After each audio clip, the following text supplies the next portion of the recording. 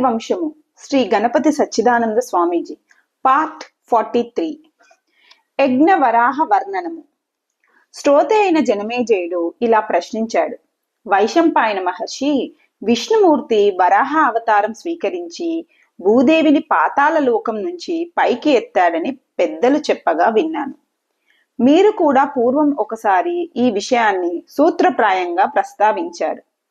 ఈ వరాహ అవతారంలో చాలా విశేషాలు ఉన్నాయని చెబుతున్నారు గాని ఆ వివరాలను ఎవరూ చెప్పడం లేదు. కనుక మీరు ఆ వరాహస్వామి యొక్క విశేషాలను కొంచెం వివరంగా చెప్పండి.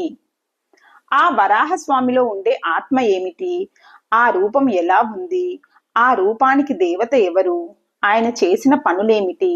ఆయన ప్రభావం ఏమిటి? ఇత్యాది వివరాలన్నీ చెప్పండి అని. వైశంపాయనుడు తన కథనాన్ని ఇలా కొనసాగించాడు. జనమేజయ, ఈ వరాహ అవతారాన్ని యజ్ఞ వరాహస్వామి అంటారు. ఈయన చరిత్ర వేదాలలో నిగూఢంగా ఉంది. మా గురువు గారైన వ్యాసుల వారు పురాణాలలో దీనిని వర్ణించారు. సాక్షాత్తుగా శ్రీ మహావిష్ణువే వరాహ స్వరూపాన్ని స్వీకరించాడు. శ్రీ మహావిష్ణువు గురించి నీకు పూర్వమే చాలా వివరించి ఉన్నాను. బ్రహ్మ రూపంలో సృష్టి చేసేది ఆయనే. శ్రీహరి రూపంలో ఆ సృష్టిని రక్షించేది ఆయనే. రుద్ర రూపంలో మహాప్రలయాన్ని కల్పించేది ఆయనే. బ్రహ్మదేవుడికి ఒక పగలు పూర్తయినప్పుడు ఒక ప్రళయం వస్తూనే ఉంటుంది. బ్రహ్మదేవుడి పగటి కాలాన్నే కల్పము అంటారు. ఒక కల్పం అయినాక మళ్ళీ అంతే పొడుగు గల రాత్రి కాలం వస్తుంది. ఇదంతా ప్రళయ సమయమే. మళ్ళీ బ్రహ్మదేవుడికి పగలు ప్రారంభమయ్యేసరికి శ్రీ మహావిష్ణువు మళ్ళీ క్రొత్త సృష్టి ప్రారంభిస్తాడు. మనకి సూర్యోదయ సూర్యాస్తమయాలు అవిచ్ఛిన్నంగా సాగుతున్నట్లే ఈ సృష్టి మొత్తానికి కలిపి చూసుకుంటే సృష్టి ప్రళయాలు ఒకదాని వెంట ఒకటి అవిచ్ఛిన్నంగా నడుస్తూనే ఉంటాయి. ఇలా ఈ సృష్టి ప్రళయ చక్రాన్ని నిరంతరము నిర్వహించే ఆ నారాయణుణ్ణి మించిన దైవం లేదు. ఆయనను మించిన ధర్మము లేదు. ఆయనను మించిన వేదము లేదు. ఆయనను మించిన మోక్షము లేదు. ఈ సృష్టిలోని ప్రతి అణువు, ప్రతి జీవి, ప్రతి లోకము అన్నీ ఆయనే.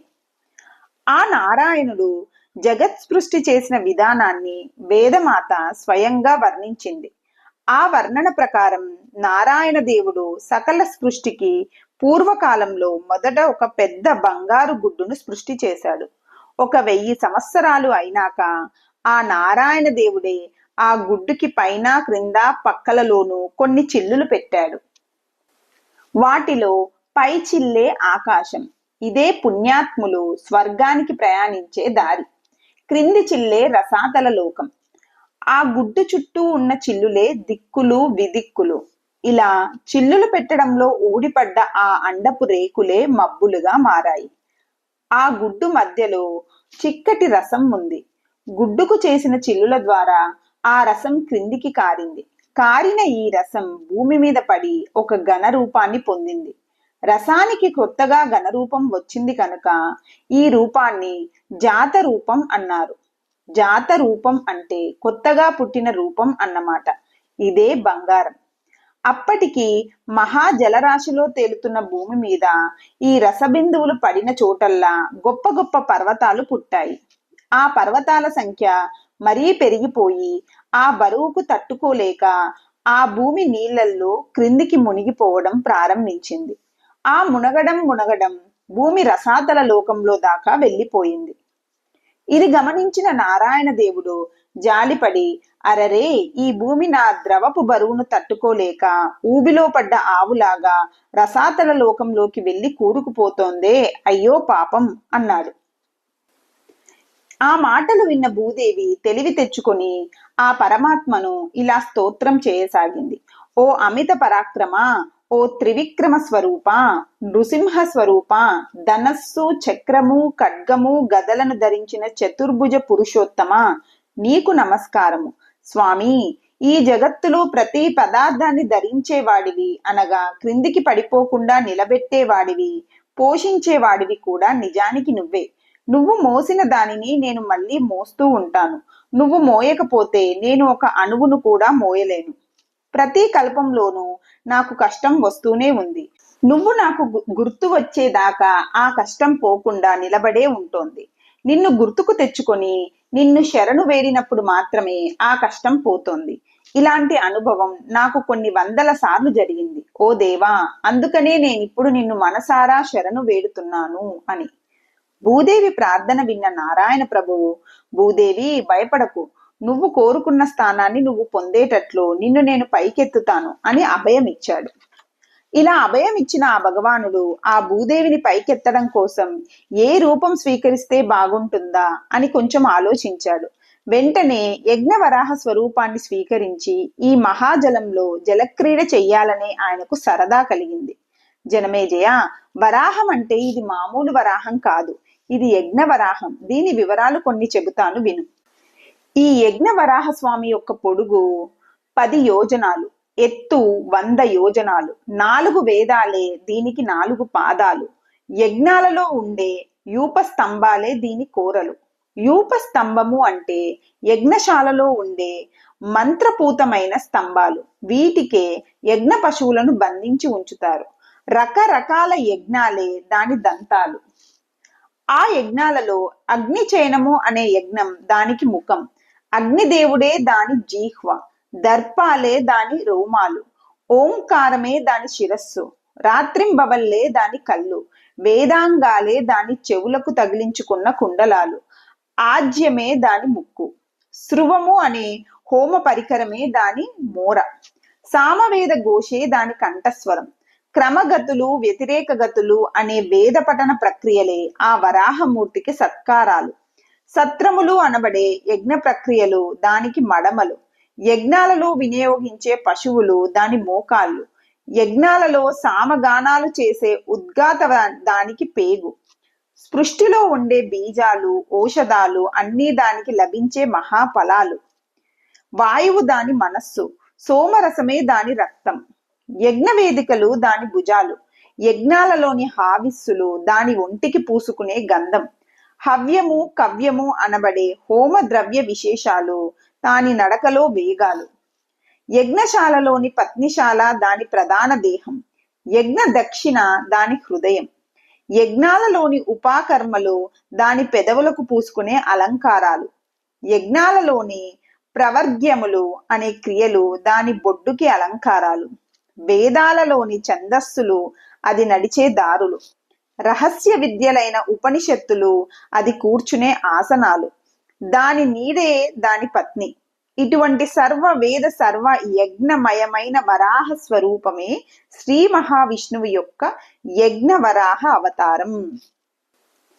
ఇటువంటి యజ్ఞ వరాహ స్వరూపాన్ని స్వీకరించిన నారాయణ ప్రభువు సరాసరి ఆ నీటిలోకి దూకి రసాతలం క్రిందికి వెళ్ళిపోయి భూమి అడుగు భాగాన తన కోరను గుచ్చి ఒడుపుగా ఆ భూదేవిని పైకి ఎత్తి నీళ్ల మీద తేలుతున్న పడవలాగా కొంత నీటిలోకి కొంత నీటి పైకి ఉండేటట్లు నిలబెట్టాడు. అద్భుతమైన ఆ దివ్య కార్యానికి భూదేవి చాలా సంతోషపడి నారాయణ భగవానుడికి కృతజ్ఞతాపూర్వకంగా నమస్కరించింది. అప్పుడు ఆ భగవానుడు తను చేసిన పనితో తృప్తి పడక ఈ భూమి మీద ఉద్భవించి జీవించబోయే జీవుల క్షేమం కోసం ఇంకా ఏమి చేస్తే బాగుంటుందా అని ఆలోచించసాగాడు. భూ విభాగము. మున్ముందుగా ఈ భూమి మళ్ళీ మునిగిపోకుండా చూడాలి. ఆమె మునిగిపోకుండా ఉండాలంటే ఈ భూమి మీద క్రొత్తగా మొలిచిన పర్వతాలను, వాటి ద్వారా వచ్చిన నదులను ఒక క్రమ పద్ధతిలో ఏర్పాటు చేస్తే గాని సాధ్యం కాదు.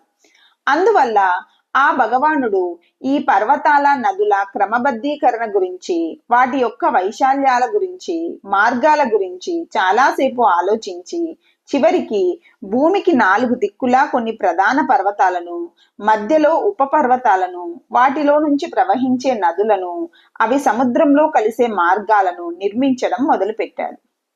మున్ముందుగా ఆ భగవానుడు భూమండలం యొక్క ఇరుసు ప్రదేశంలో అనగా మధ్య భాగంలో మేరు పర్వతం వచ్చేటట్టు ఏర్పాటు చేశాడు. దానికి అనుబంధంగా ఏ నదులు లేవు. అక్కడి నుంచి ఆయన తూర్పు దిక్కుకు వెళ్ళి ఆ దిక్కు చివర ఉదయ పర్వతం అనే పర్వతం స్థాపించాడు. దీని వెడల్పు 100 యోజనాలు, ఎత్తు 1000 యోజనాలు. అంటే ఇది ఎత్తైన స్తంభం లాగా ఉంటుంది. నిజానికి ఇది సూర్యోదయాన్ని సూచించే నిశ్చల బిందువు. నిశ్చలం గనుకనే దీనిని అచలం అంటారు. తరువాత ఆయన దక్షిణ దిగగ్రంలో సౌమనసము అనే పర్వతాన్ని స్థాపించాడు. దీని వెడల్పు 100 యోజనాలు, పొడుగు 300 యోజనాలు. ఇక ఆయన పశ్చిమ దిగగ్రాన సహస్ర శృంగము అనే పర్వతాన్ని స్థాపించాడు. దీని ఎత్తు 60 యోజనాలు.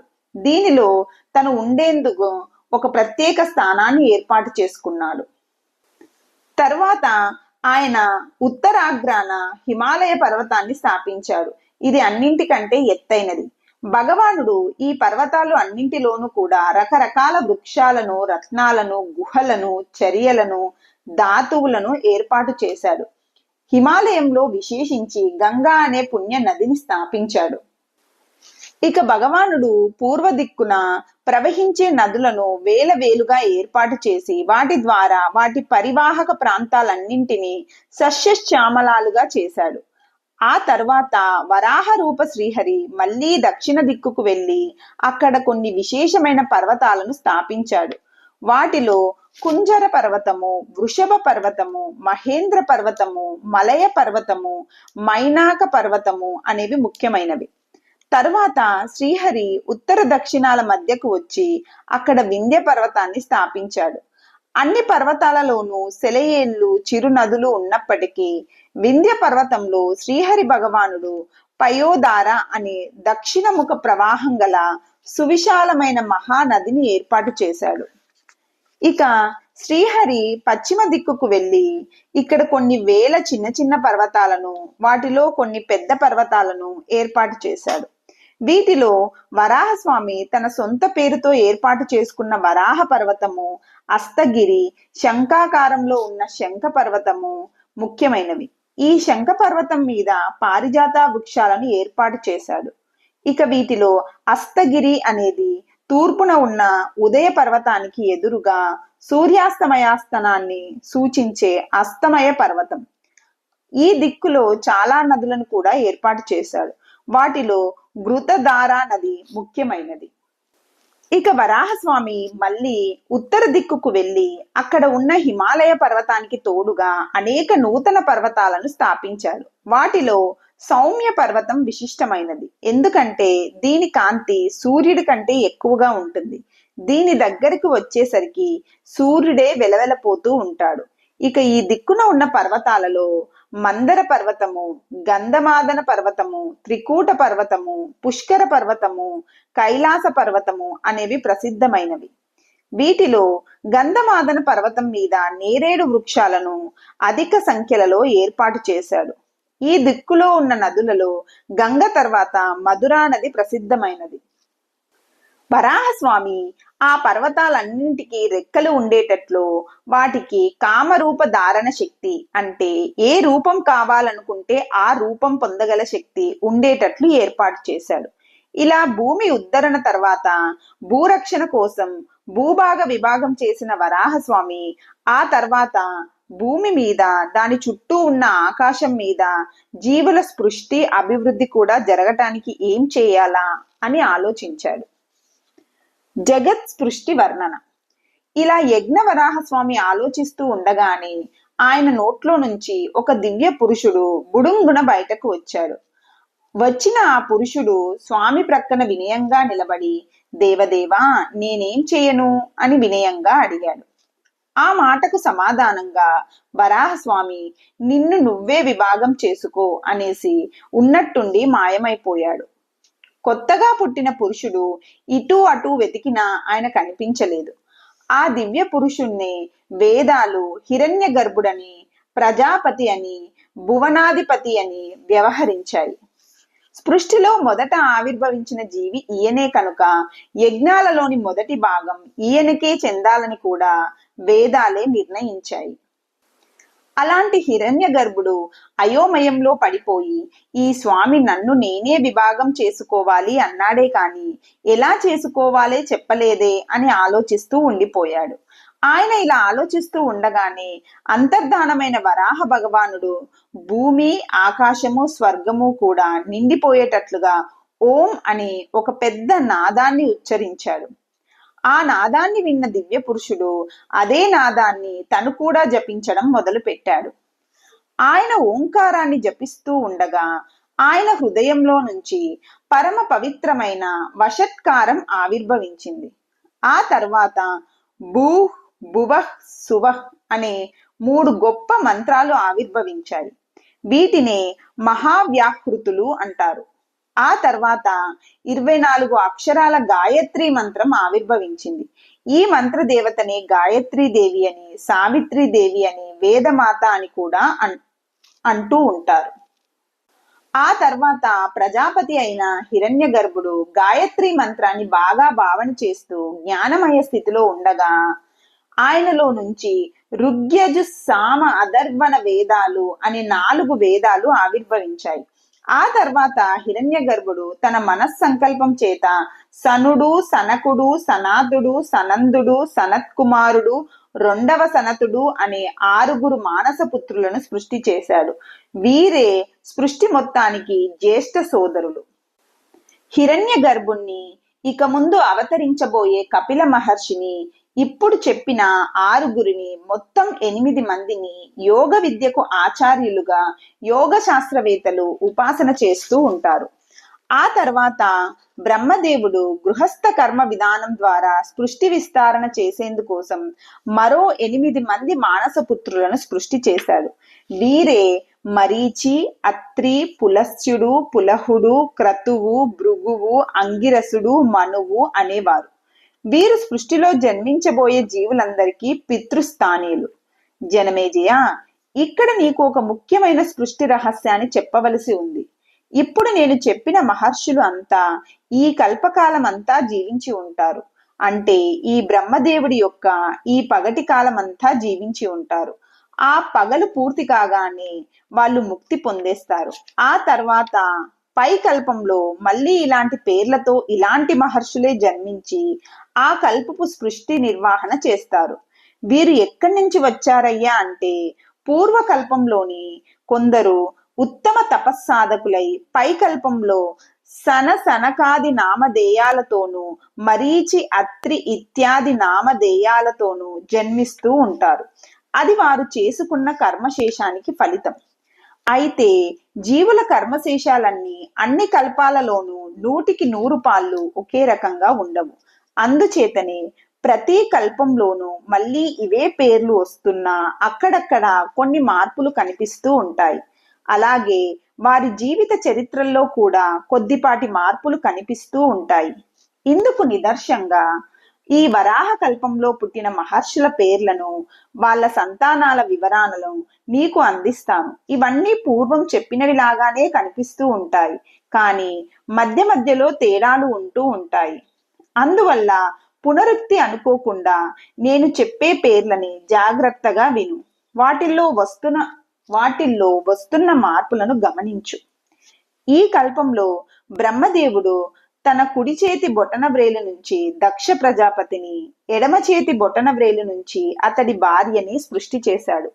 ఈ దంపతులకు చాలా మంది కన్యలు పుట్టారు. రాబోయే సృష్టి అంతా ఇంచుమించు ఈ కన్యల ద్వారానే వృద్ధి పొందింది. అందుచేత వీళ్ళ వివరాలు కొంచెం విస్తారంగా చెబుతాను. ఈ కన్యలలో అదితి, దితి, కాల, ధనాయుష, సింహిక, ముని, ప్రాద, క్రోధ, సురభి, వినత, సురస, ధనువు, కద్రువ అనే 13 మందిని కశ్య ప్రజాపతికి ఇచ్చి వివాహం చేశాడు.